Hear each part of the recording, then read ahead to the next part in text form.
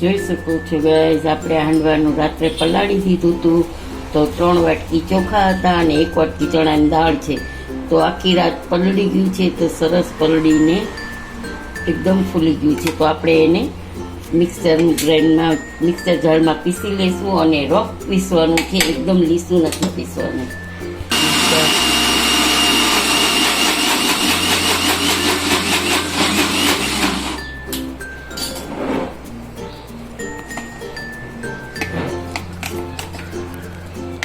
આપણે થોડું દહીં નાખવું પડશે એમાં.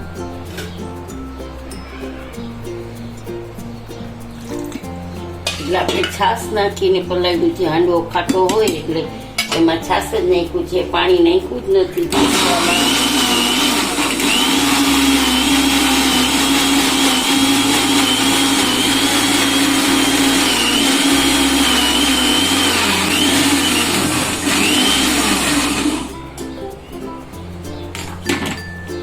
તો જોઈ શકો છો આપણે આવું દરદરું જ પીસવાનું છે, એકદમ લીસું પીસવાનું નથી.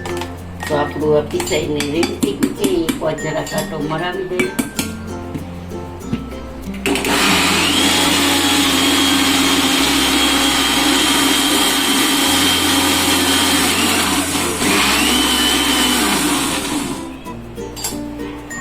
તો જો આપણે આ પીસી લીધું છે. તો કેટલું દરદરું છે અને આવું જ પીસવાનું છે, બહુ પતલું નથી પીસવાનું. તો આપણે આમાં જે મેં પેલા પીસી લીધું છે એમાં આપણે રાખી દઈશું અને સાંજ સુધી રાખશું એટલે આખો સરસ આવી જશે.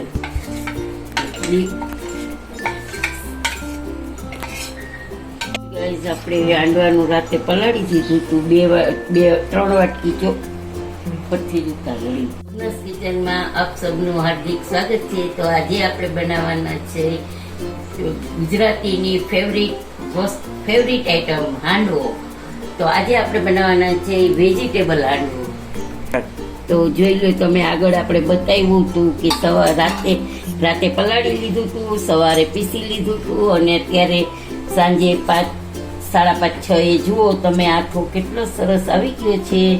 તો જોઈ શકો છો ગાઈસ કે આપણું બેટર રેડી છે. તો આપણે એના માટે આપણે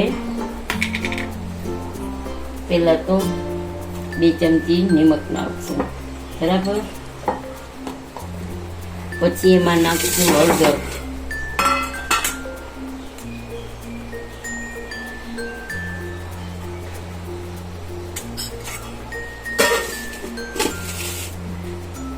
પછી આપણે નાખશું આદુ મરચાંની પેસ્ટ. તો જોઈ શકો છો આદુ મરચાં અને લસણ ત્રણેય વસ્તુની છે પેસ્ટ. તો એ પેસ્ટ નાખી દઉં છું ભેગી કરી.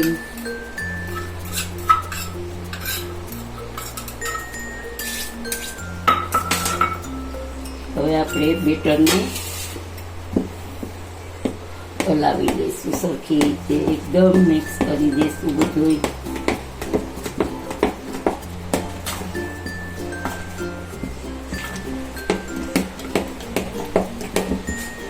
તો જોઈ શકો છો કે આખો આપણો એકદમ પરફેક્ટ બરાબર જ આવી ગયો છે. ઉનાળો છે એટલે જો આથો ન આવ્યો હોય ને તો આપણો હાંડવો સરસ થાય નહીં, ખાટો.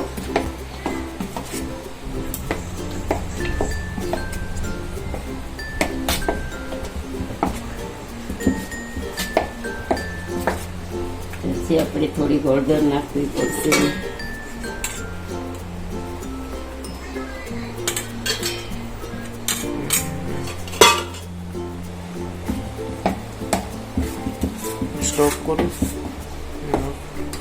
તો જોઈ શકો છો આપણે દૂધી ખમણી લીધી છે અને લીલા વટાણા હોય તો લીલા વટાણા પણ આપણે નાખી શકાય.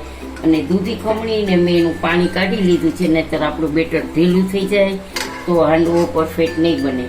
એટલે મેં પાણી કાઢી લીધું છે. તો આ પાણી આપણે જવા નહીં દઈ.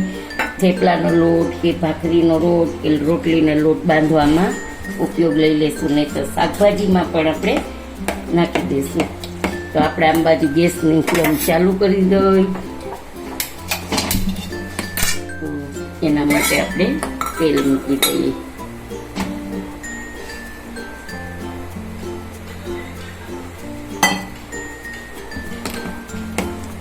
દૂધી નાખી દીધી છે. તો આપણે ચલાવી લઈશું ખૂબ સરસ રીતે.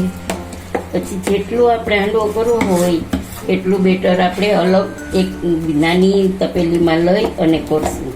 બધામાં આપણે સાજીના ફૂલ નહીં નાખી દઈએ, નહીંતર આપણું હાંડવો બરાબર ન થાય. છેલ્લો હાંડવો હોય તો સાજીના ફૂલ પહેલાં નાખી દઈશું ને તો નહીં સારા થાય. એના માટે આપણે કાઢી લઈશું થોડું.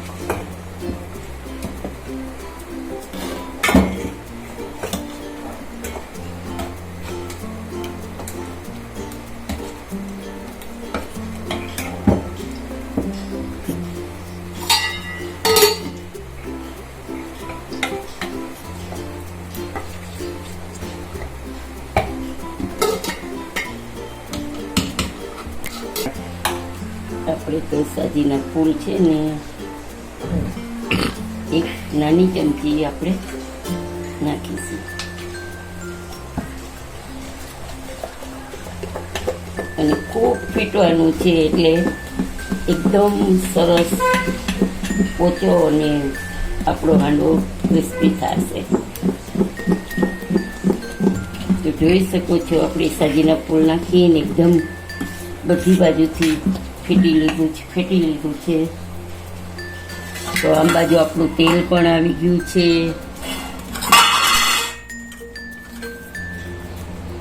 તો રાઈ જીરું નાખશું, હિંગ નાખશું, એક સૂકું મરચું નાખશું અને એક 2 ચમચી આપણે તલ નાખશું. હવે હલાવીને આપણે આવી રીતે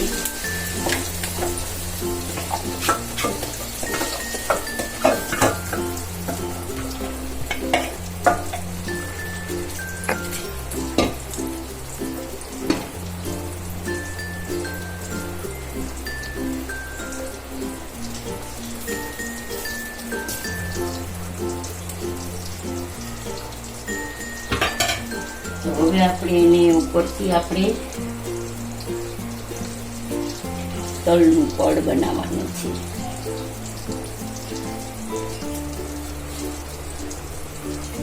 તો આમાં વટાણાની સિઝન હોય તો તમે લીલા વટાણા નાખી શકો, મકાઈ નાખી શકો.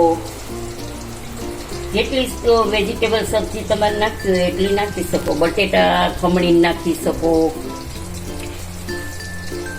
લીલી તુવેર આવતી હોય તો તુવેર નાખી શકો, પણ અત્યારે સિઝન નથી એટલે મેં ખાલી દૂધી જ નાખી છે.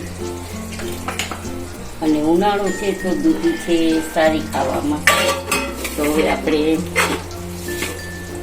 ગેસની ફ્લેમ સ્લો કરી દઈશું.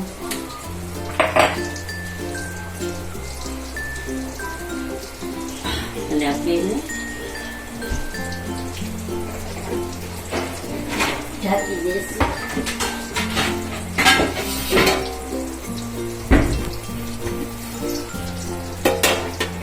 ગેસની ફ્લેમ સ્લો કરી દીધી છે. હવે આપણે ઢાંકી દઈશું ને 10 મિનિટ પછી આપણે જોઈ લેવાનું કે ઉપરનું પડ સરસ થઈ ગયું છે. ત્યાર પછી આપણે એને પલટાવશું.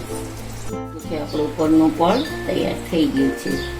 તો આપણે હાંડવાને પલટાવી લઈશું.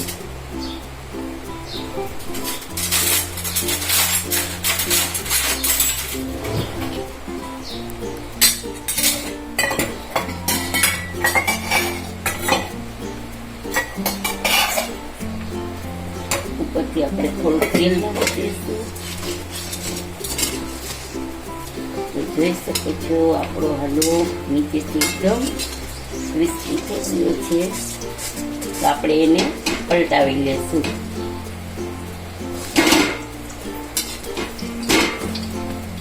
અને એને ધીમી આંચ પર, મીડિયમ આંચ ઉપર આપણે એને રાખીને ઢાંકી દઈશું. બંધ કરી. તો જોઈ શકો છો ગાઈઝ આપણો હાંડવો રેડી છે.